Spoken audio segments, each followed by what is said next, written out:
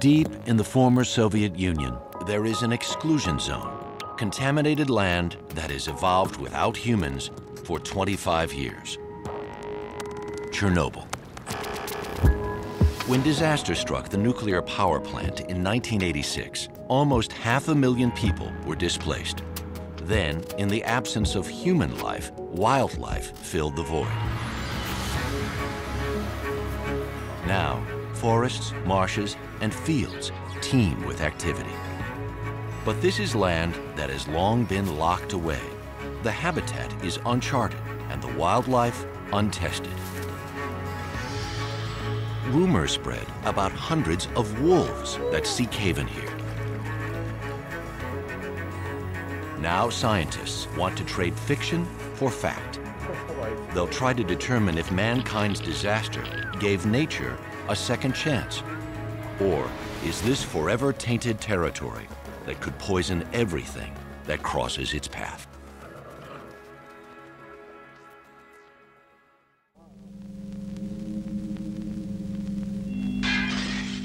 April 26, 1986.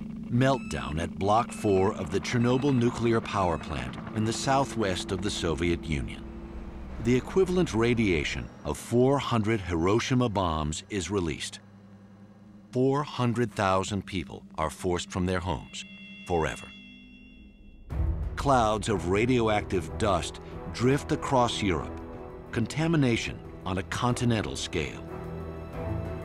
Hardest hit is an area of almost 1,100 square miles around the reactor.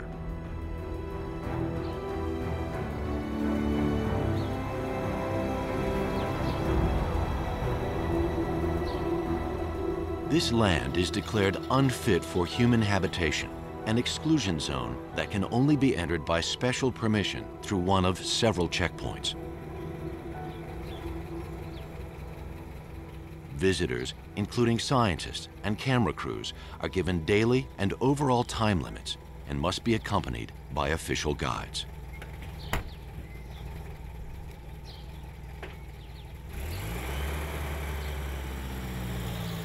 Here, the well-kept countryside suddenly ends. When the Soviet Union broke up, the zone was split in two between the new nations of Belarus and Ukraine. The new border is strictly maintained, even within the zone.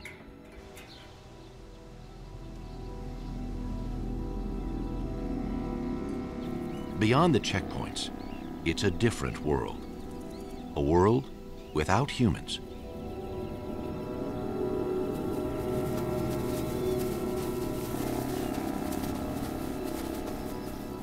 The zone, contaminated, radioactive, abandoned.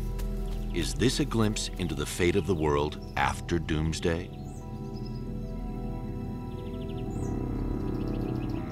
When humans fled, wildlife stayed behind.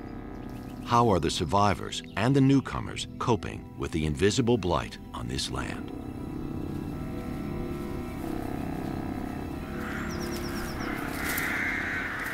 Residents and migrants alike know nothing of the lurking danger.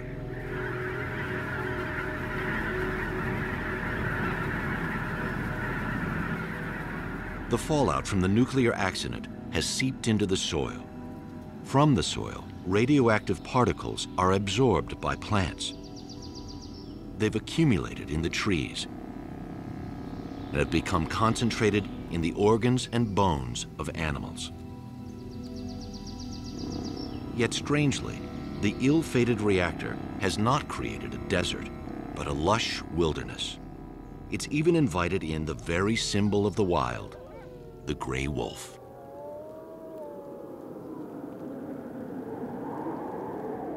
For years, rumors have been escalating about the number of wolves in the zone. Some say 300 or more. German scientists Barbara and Christoph Promberger are carnivore experts. They've studied wolves around the world, but never in such strange circumstances. The Prombergers are here to start a long-term study to be continued by local scientists. They're hoping to answer some fundamental questions. How many wolves actually live in the zone? Are they indigenous or recent immigrants? And is the zone's wolf population any different from populations in clean areas? These moose bones have been crushed by wolves. It's a chance to find out whether the wolves' diet is contaminated.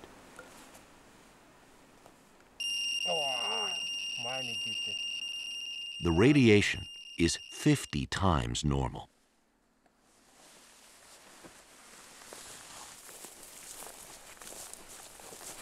There are plenty of fresh wolf tracks here along the bank of the Pripyat River. A wolf has been marking this young pine, making it the perfect place for a trap. The protective gear is to prevent contact with contaminated soil and to avoid traces of human scent.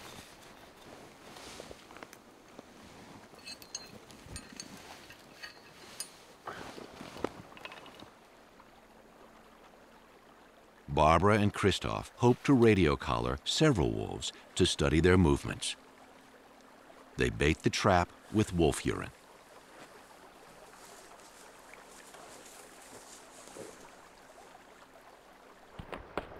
That afternoon, the ice on the Pripyat River shatters.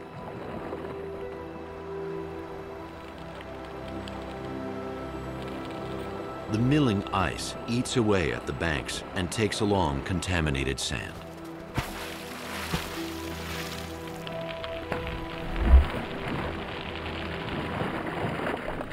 Since the last ice age, the shifting river has shaped and reshaped the land around Chernobyl. Now, it spreads radioactive contamination across the floodplain. The wolf traps are set far and wide, and to patrol them, Barbara and Christoph team up with local colleagues.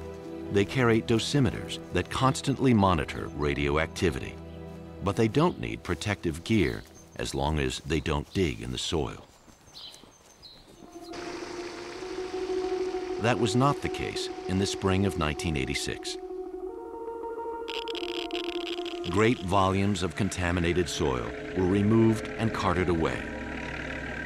Entire villages were buried, a task that continues today. Tens of thousands of so-called liquidators were deployed to contain the horror of the nuclear disaster.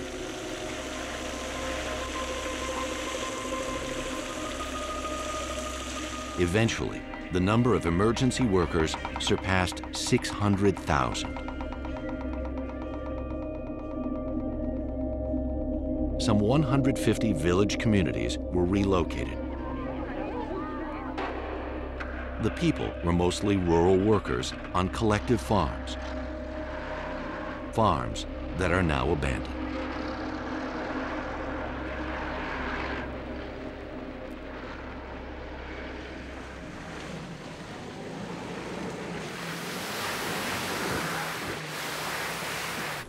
"10 days after they set the traps, Christoph gets a message from the other team. They've caught a wolf.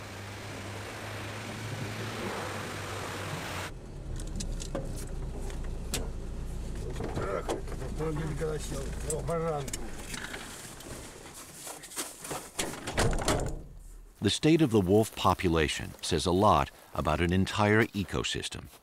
As the top predators here, wolves are an indicator of the radioactivity across all of Chernobyl.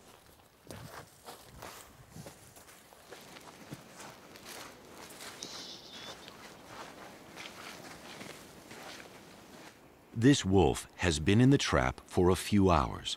He is frightened, and he's playing dead. Behavior like this is typical for a young wolf. Barbara and Christoph have heard that more than 300 wolves live in the zone. If true, that would make it the highest wolf density in the world. Do wolves migrate to the zone by the hundreds but die here because of the radiation? That's the most prominent rumor.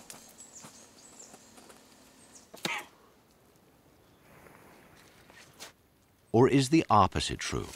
Were all these wolves born here because there were no humans to hunt their parents and their prey?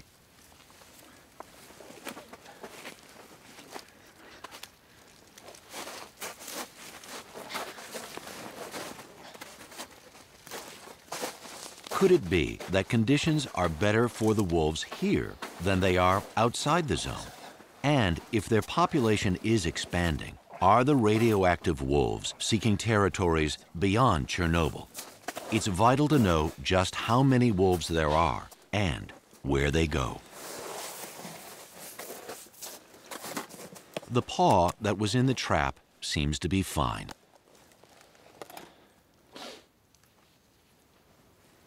A radio collar will enable the team to keep track of its movements.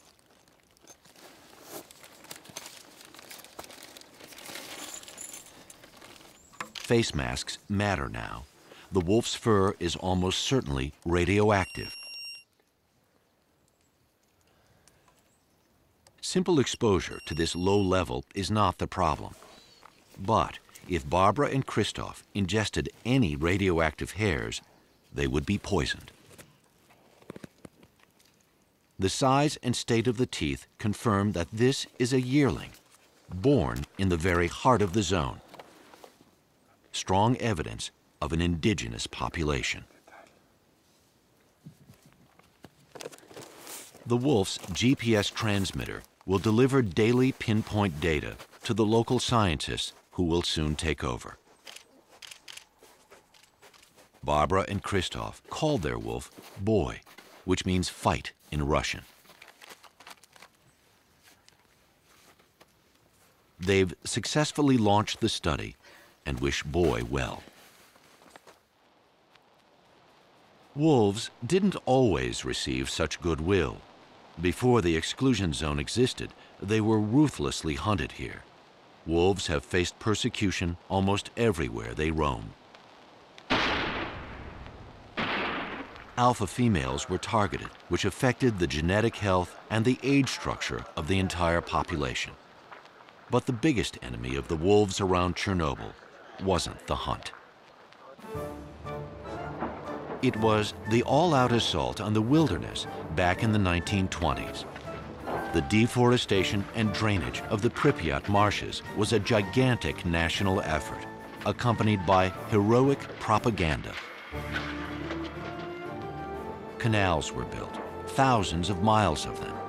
Tens of thousands of settlers came to work on the new collective farms.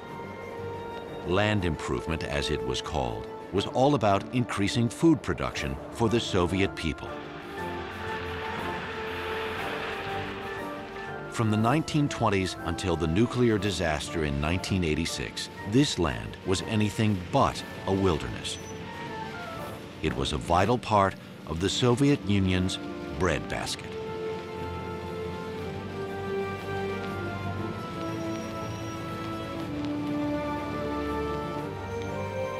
Today, the land outside the zone still looks the same. Drainage canals and wheat fields stretching to the horizon. But what became of the canals and wheat fields inside the zone? Forests and fields have been flooded, thanks to the return of beavers. Beavers are native to Belarus, but they were an obstacle to farming, and so were persecuted like the wolves. With this stretch of the Pripyat now free of people, it didn't take long for beavers to reappear.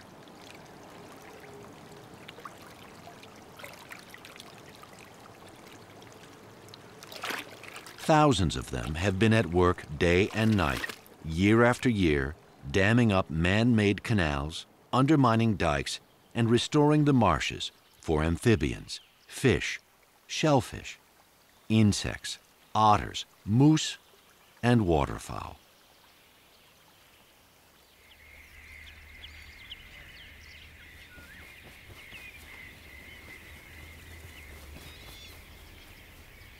The notorious Pripyat marshes were once so vast they stopped the army of Genghis Khan.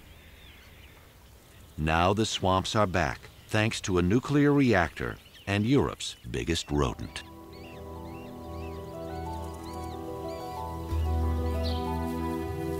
On higher and drier ground, villages have been overrun by other forces of wild nature, ravaged by snowstorms and forest fires. Chernobyl's wolves are part of a much bigger story, the return of cultivated land to wilderness, a ceaseless, dynamic process happening much faster than anyone imagined.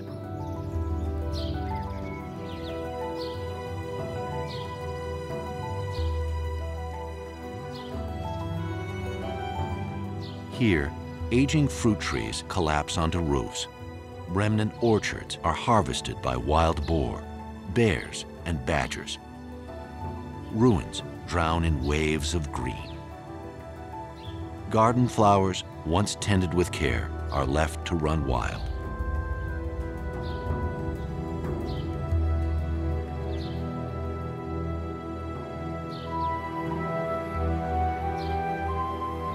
At the entrance of each village, a rough stone recalls its name and the number of people for whom it was home.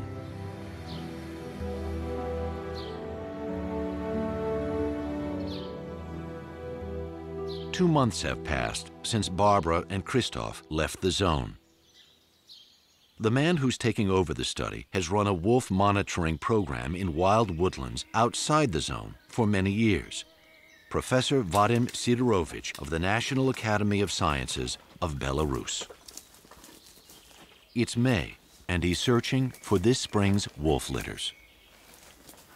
This is a typical place in Naliboki woodland where local wolf give birth.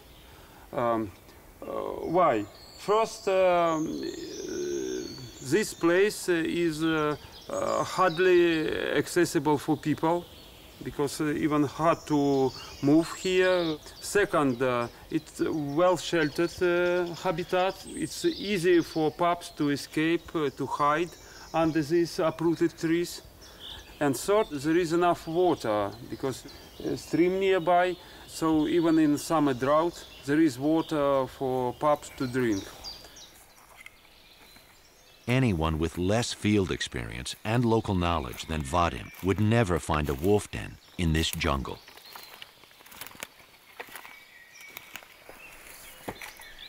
Over the years, this man has learned to think like a wolf, to know where they will feel safe.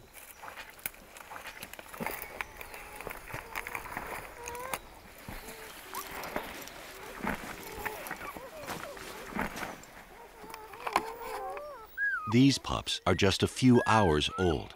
Vadim will only stay for 20 minutes so the wolf mother is not kept away for too long. He counts the number of pups in the litter.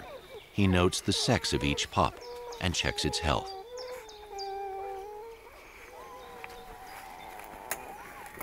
Then he picks up hair samples from the den for DNA analysis of this population outside the zone.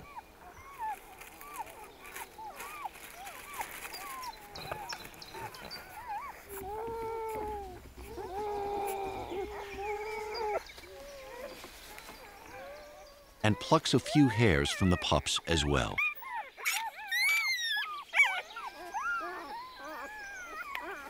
Vadim will compare the data from this uncontaminated study area to those he will gather inside the zone. The professor and his team will explore the Belarusian part of the zone.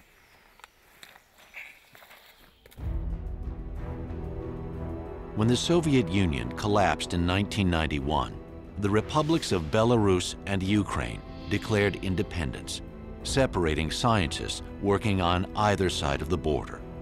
The Ukrainian part of the zone extends into the inland delta, linking the rivers Pripyat and Dnieper.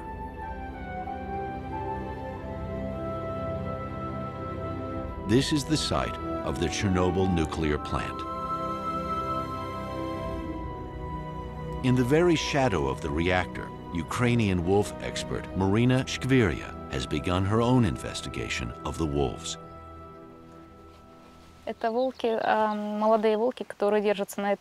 There's a pack regularly patrolling the riverbank, she says. Just opposite, the city of Pripyat lies hidden. In a first survey, Marina explains, just looking at tracks in suitably dry weather, she's been able to create a map of the wolf territories in the Ukrainian part of the zone. She has discovered that there is no area of the zone where they are not found. Marina says this has always been a perfect habitat for the wolves. The years of cultivation in the Soviet era were simply a temporary inconvenience. She'll use the scat for dietary and genetic analysis in the lab.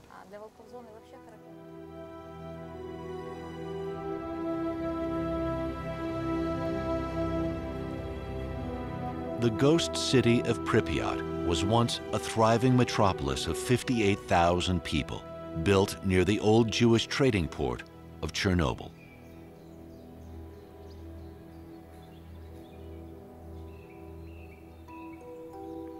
It must have been a pleasant place to live by any standard, a model Soviet city.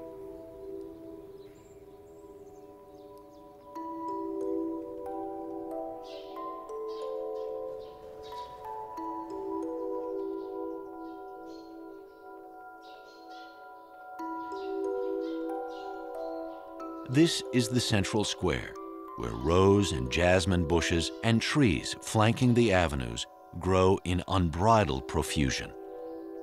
It's a city that is green in an unnerving, unintentional way. Pripyat was a young city, full of life, a cultural center.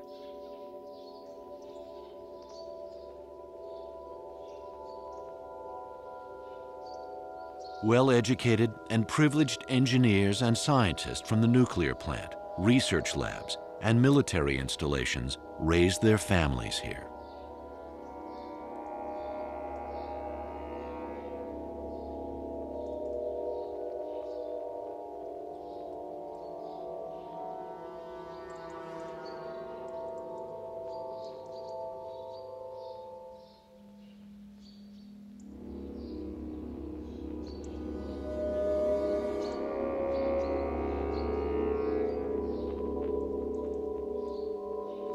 Now, the woods are crowding into the streets and halls of Pripyat, attracting more and more wildlife in their wake. On the Belarusian side of the zone, Professor Sidorovich is examining wolf skeletons.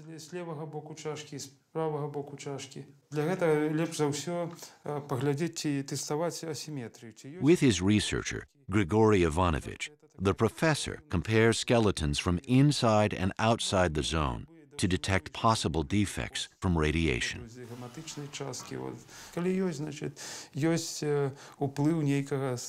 But the actual field research still has to wait until winter, when they can spot wolf tracks in the snow.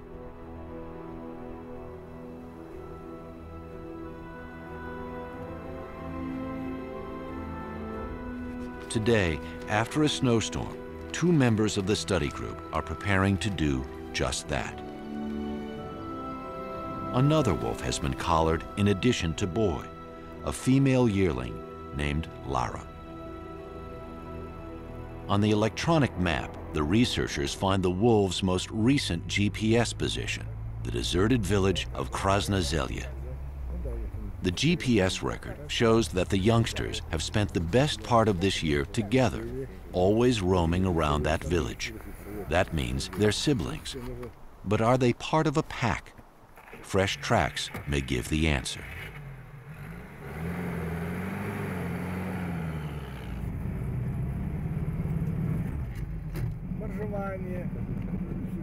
In the zone, only a few miles of road are being cleared of snow for police and ranger patrols.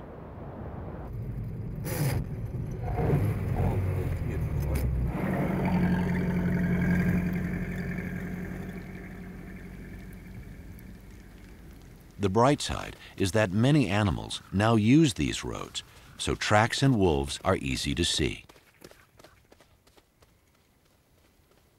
An injured moose. The wolves will soon spot her. This white-tailed eagle is waiting for them to do their job. Wolf kills help eagles through the winter when the lakes are frozen and they can't fish.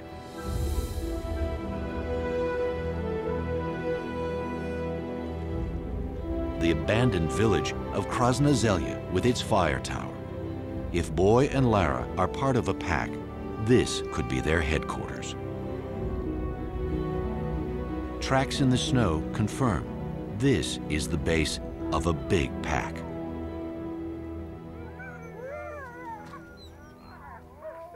Krasna Zelya is surrounded by high, open ground.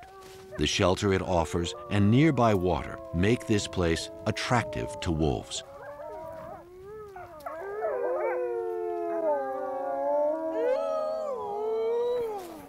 The researchers count 10 individuals, but there's no sign of Boy and Lara.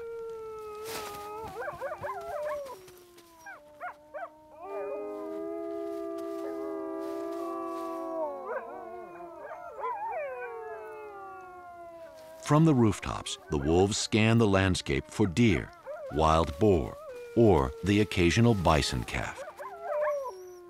The deep snow with its icy crust gives the wolves an advantage over their heavier prey. But for this meal, the wolves didn't even have to hunt.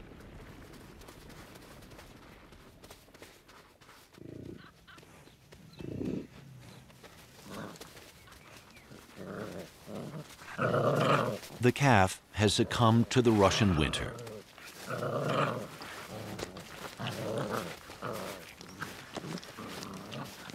The adults are Europe's heaviest animals, too mighty for wolves to bring down. Bison have survived in Belarus and Poland since the Ice Age. Once it became obvious that other wildlife was thriving here, they were reintroduced to the zone in 1998.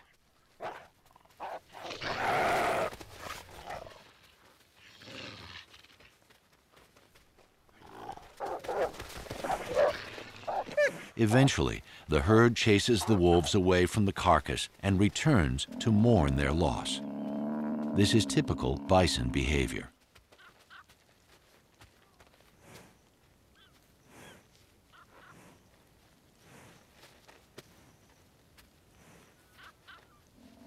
The three herds in the Belarusian part of the zone are gradually growing. To Belarusians, the bison is the ancient icon of the wild woods.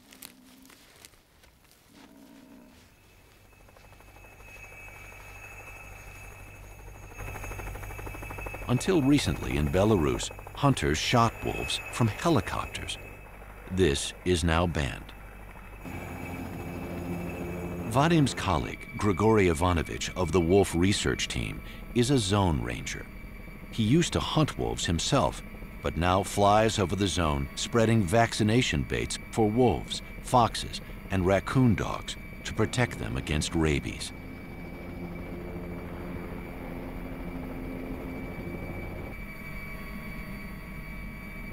In winter, animals can easily cross the river. Boy and Lara have gone exploring several times.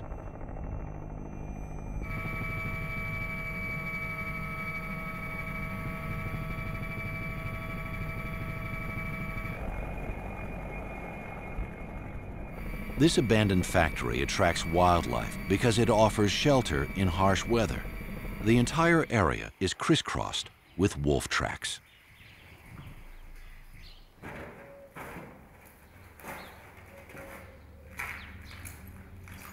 These buildings have been radiation-free sanctuaries inside the zone. The fallout from the accident came down with the rain and ran off the roofs into the surrounding soil. But now, the roofs and rusting machinery are weakened by every heavy snowfall, making them far more hazardous than the radioactivity around them.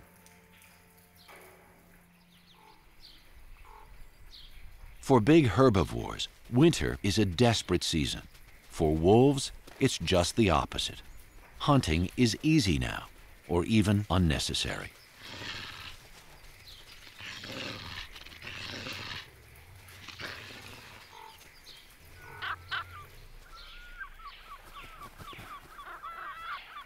A number of species profit from meals brought down by wolves.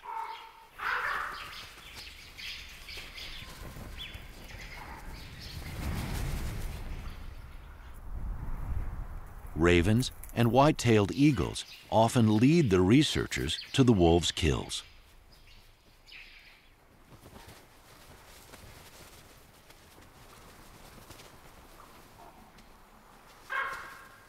Right now, in the depths of winter, the eagles may act like scavengers, but they're really top predators, just like the wolves. Seeing them here in such numbers is another indication that this ecosystem is in robust health.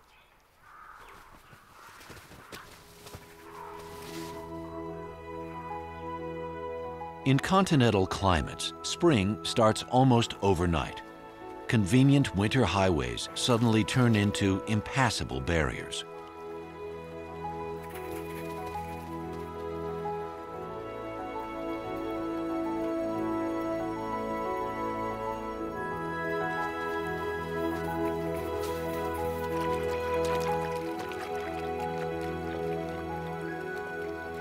Eagles usually nest in big old trees, but the zone offers something even better. The zone's fire towers are manned only in the tinder-dry summer months. Eagles need them in the spring, so a timeshare is easy to arrange. Now, the months of picking at frozen carrion are past. Rivers, oxbows, and lakes are freed again. It's fishing time.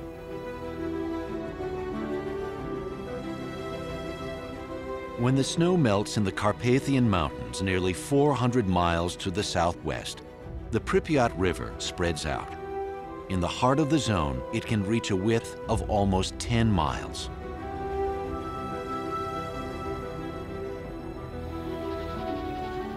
The water level rises by 25 feet.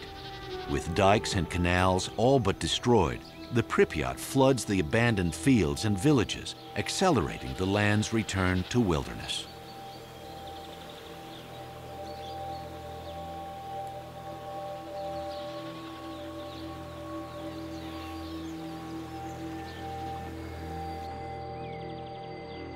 For a few days, the desolation of the ransacked homes is softened by the rebirth of spring.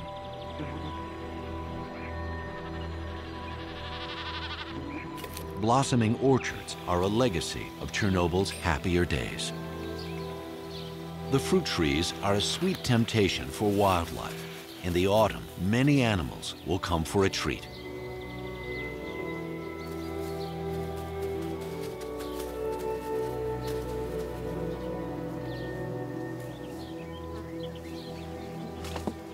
But now, Vadim's researchers have come here looking for wolf pups born in the zone.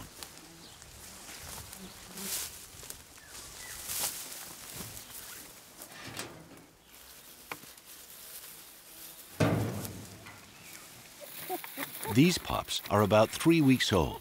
Their crib is an old potato cellar. Самочка. Самец. Самочка.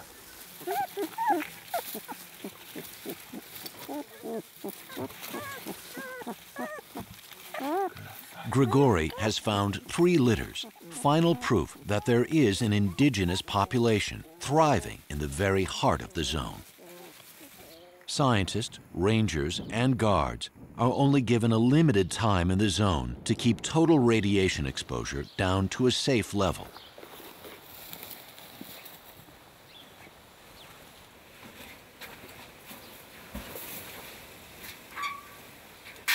By contrast, this man cares for animals that are exposed to radioactivity for an extended time.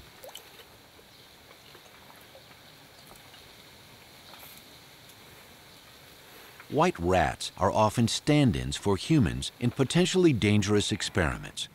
After their exposure period, the rats are taken to a lab for a series of tests. So far, it is not proving easy to establish clear links between low-level long-term radiation and health risks, even in the rats, let alone in humans. But scientists will continue to monitor these rats for any ill effects. Environmental studies do not focus on individuals. They take a broader view of an entire wildlife population.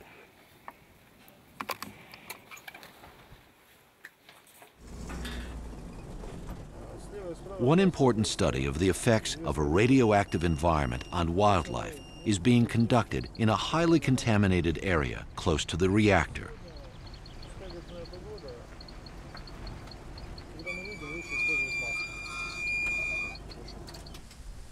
Out here, face masks have to be worn. The day is windy and dusty, and the reactor is less than a mile away.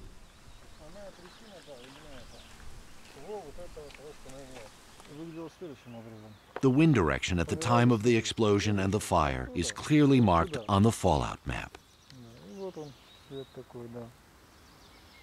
This is the site of the infamous red forest that in the months after the disaster turned rusty red. Today, though it is far from clean, the forest is green again. A 6-year study of dormice living in this contaminated area is also showing evidence of nature's resilience. 4 to 6% of every new generation living here shows slight abnormalities, twice the rate of clean areas. For humans, this raised level of risk is unacceptable. But for dormice, though some individuals are affected, the overall population remains healthy. In fact, the density and reproduction rates are even better than in control areas. Is that also true for radioactive wolves? The scientists believe it must be. Back in Krasna Zelya, Vadim and Grigory are worried. For weeks, Boys and Lara's GPS transmitters have been silent. Fortunately, the wolves also have radio tags. Maybe they can be spotted from the fire tower with the aid of a tracking antenna.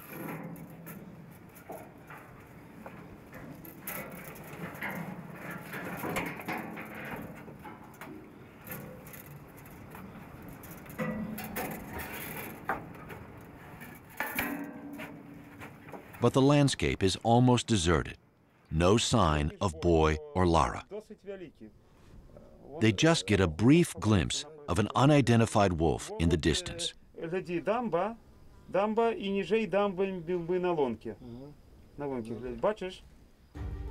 Looking in the opposite direction, just over the border in Ukraine, the ghost city of Pripyat is suffocating in extreme summer heat.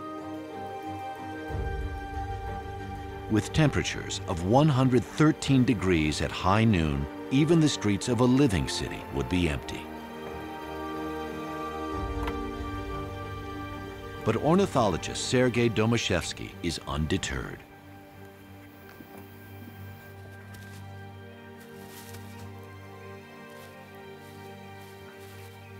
This raptor specialist is monitoring several broods of peregrine falcons around the city.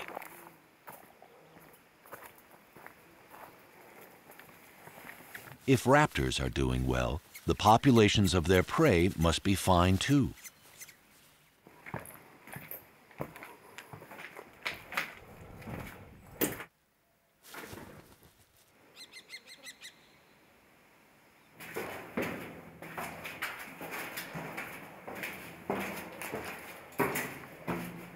The nesting season is the ideal time for monitoring the strength of a raptor population.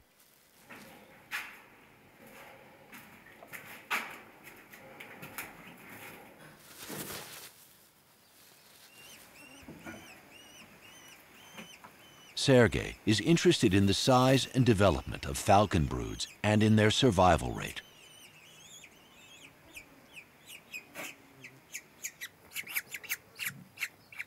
His observation is that in the zone, falcons and eagles have established healthy populations. From many of Pripyat's tower blocks, there's a view of the reactor that abruptly froze the city's history.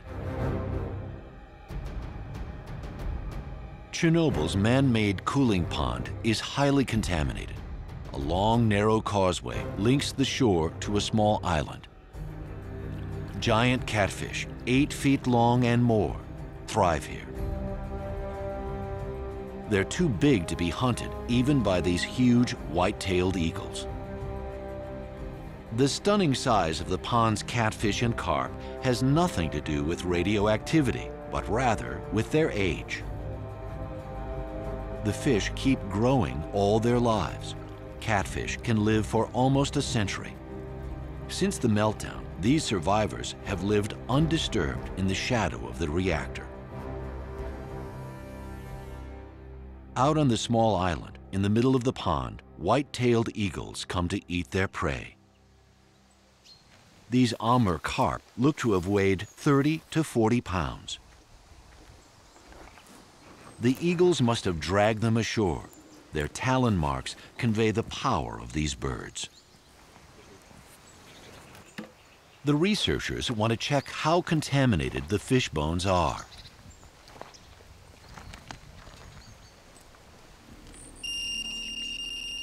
These fish bones should not be touched with bare hands. What this contamination does to the eagles is still not known.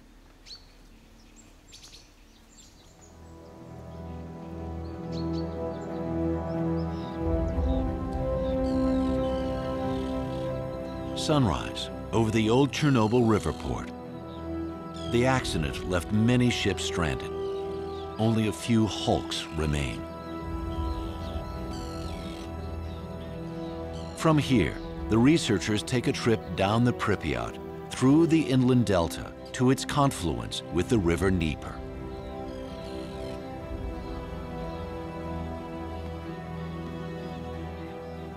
This is one of Europe's largest and most crucial habitats for waterfowl. Flowing waterways have long been clear of radiation. Out here, the fish can safely be eaten, even by humans.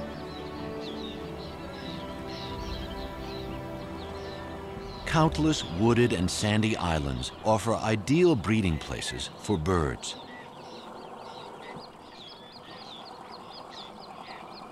There are colonies of sand martins, cormorants, cranes, and herons, around 120 species in all.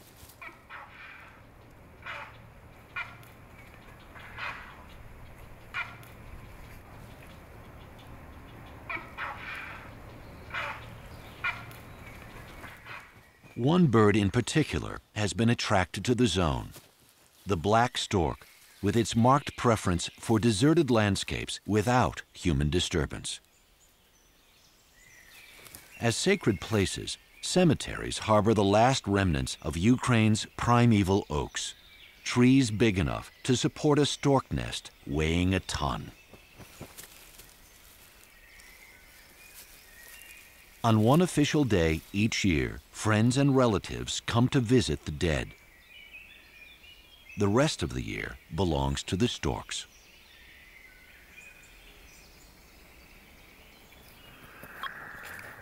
Late summer, Vadim Sidorovich tries his luck again, hoping to spot Boy and Lara. A stretch of road near Krasnozelye is the borderline of the Pax territory.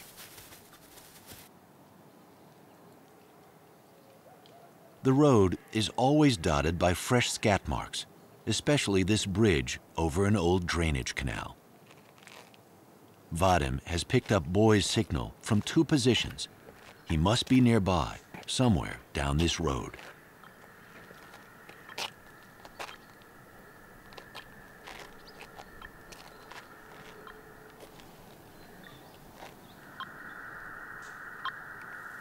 Suddenly, a huge wild boar crosses the road, followed by a wolf wearing a collar. It's Boy.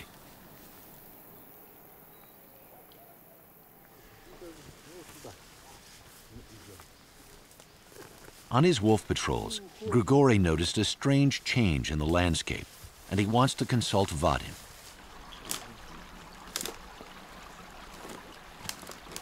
Many beaver dams have decayed and are destroyed.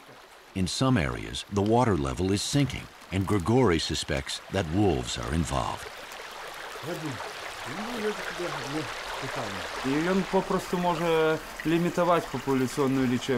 To Vadim, it's a familiar scenario. The wolves here in the south, he says, are quite a bit smaller than the wolves farther north. So they keep risky attacks on big animals to a minimum. Instead, they target beavers, which are easy to hunt and abundant. In Vadim's control area, beavers account for 60% of the wolves' diet. So wolves are slowing down and even reversing the return of the swamps.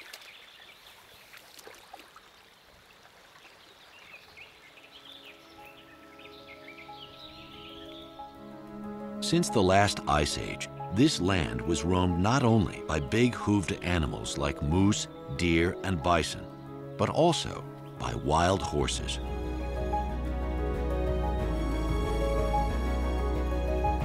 The last genuine wild horse in Ukraine was killed in 1879. Now the last species of wild horse left on Earth is the Przewalski, which only survived in captivity. Groups of Przewalskis have been released here since the 1990s to help restore the land's original biodiversity.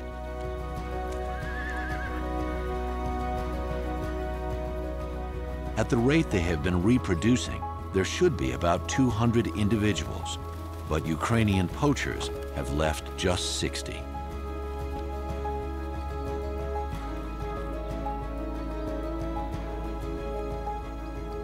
During the 20th century alone, human history dealt devastating blows to this wetland wilderness. It has been ravaged by the battles of 2 world wars and the improvement craze of the Stalin era. Ironically, the world's biggest nuclear disaster has turned it into a unique refuge for endangered species.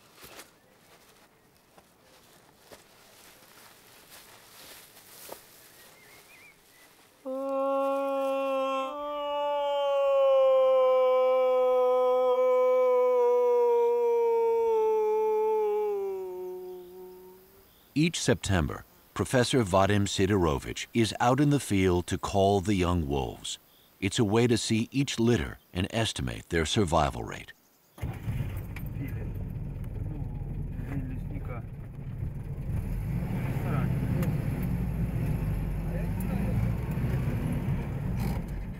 Vadim and Grigory systematically cover the entire Belarusian part of the zone.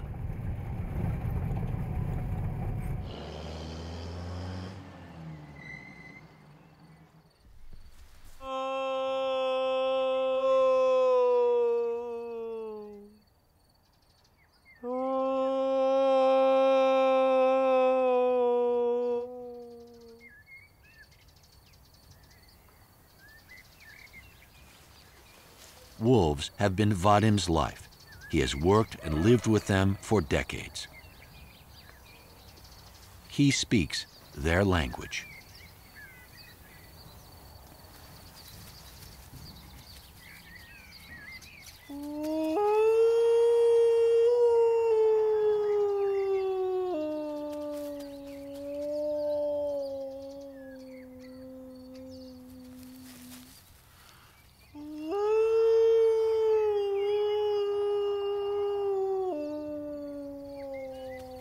Within a week, Vadim identifies the territories of 17 packs.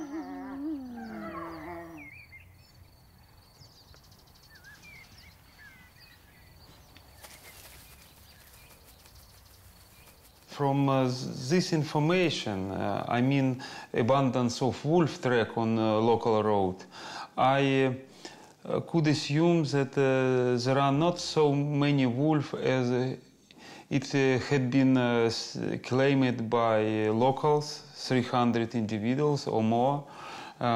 By comparing similar information, similar observation done in Naliboki woodland on the same area as Chernobyl zone, Belarusian pass, I could assume that plausible maximum of wolf population number in Chernobyl zone is 120.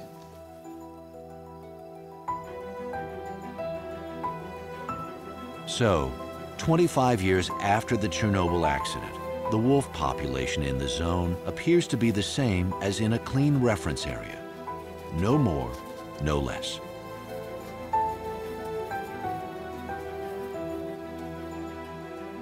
For humans, this land is lost. But in a strange twist of fate, wolves may have gained an unlikely chance to survive in peace in the shadow of a nuclear disaster.